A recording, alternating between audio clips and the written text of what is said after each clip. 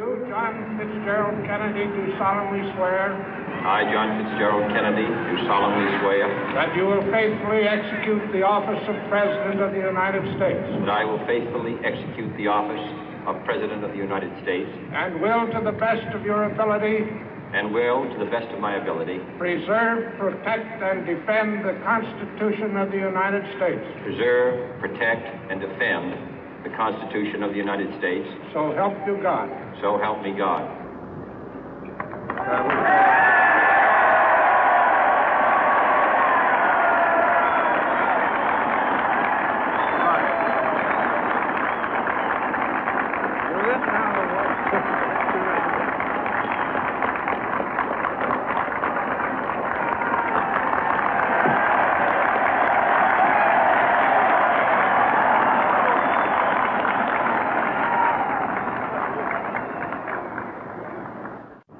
Vice President Johnson, Mr. Speaker, Mr. Chief Justice, President Eisenhower, Vice President Nixon, President Truman, Reverend clergy, fellow citizens.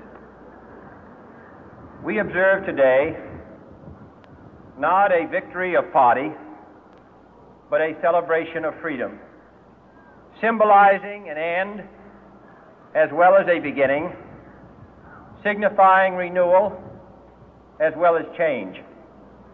For I have sworn before you and Almighty God the same solemn oath our forebears prescribed nearly a century and 3/4 ago. The world is very different now, for man holds in his mortal hands the power to abolish all forms of human poverty and all forms of human life. And yet the same revolutionary beliefs for which our forebears fought are still at issue around the globe. The belief that the rights of man come not from the generosity of the state, but from the hand of God. We dare not forget today that we are the heirs of that first revolution. Let the word go forth from this time and place to friend and foe alike that the torch has been passed to a new generation of Americans born in this century, tempered by war, disciplined by a hard and bitter peace, proud of our ancient heritage, and unwilling to witness or permit the slow undoing of those human rights to which this nation has always been committed and to which we are committed today at home and around the world.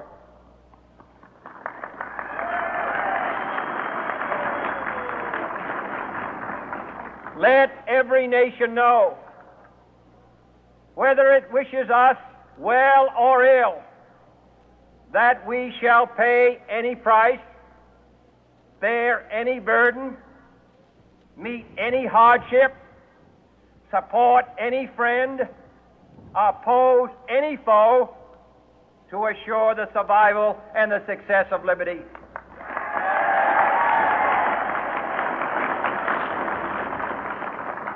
This much we pledge and more.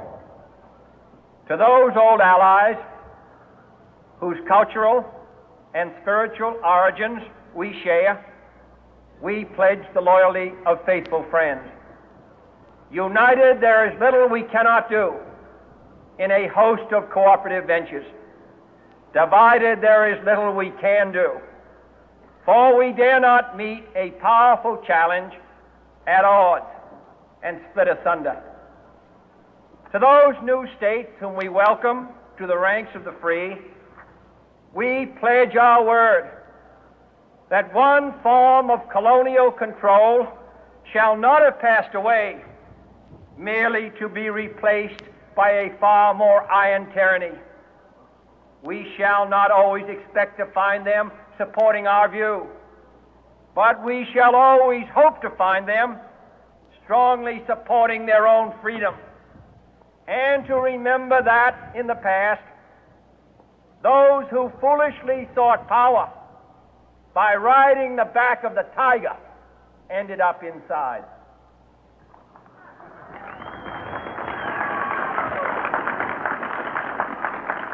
To those people in the huts and villages of half the globe struggling to break the bonds of mass misery, we pledge our best efforts to help them help themselves for whatever period is required, not because the communists may be doing it, not because we seek their votes, but because it is right. If a free society cannot help the many who are poor, it cannot save the few who are rich.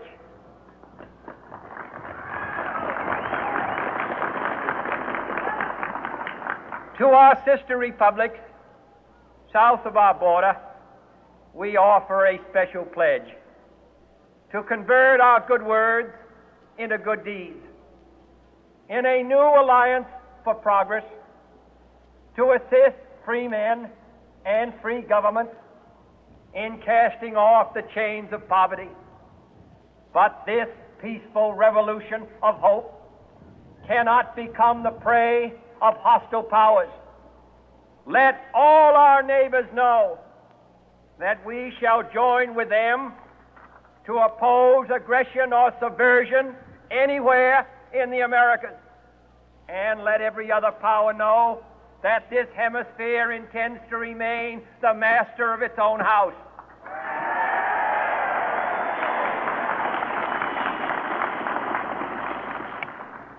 To that World Assembly of Sovereign States, the United Nations, our last best hope, in an age where the instruments of war have far outpaced the instruments of peace, we renew our pledge of support to prevent it from becoming merely a forum for invective, to strengthen its shield of the new and the weak, and to enlarge the area in which its writ may run. Finally, to those nations who would make themselves our adversary, we offer not a pledge, but a request that both sides begin anew the quest for peace.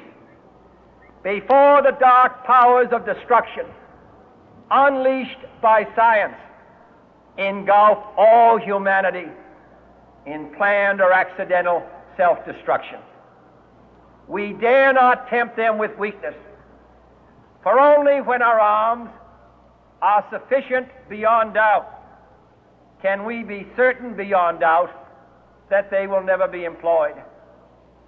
But neither can two great and powerful groups of nations take comfort from our present course, both sides overburdened by the cost of modern weapons, both rightly alarmed by the steady spread of the deadly atom, yet both racing to alter that uncertain balance of terror that stays the hand of mankind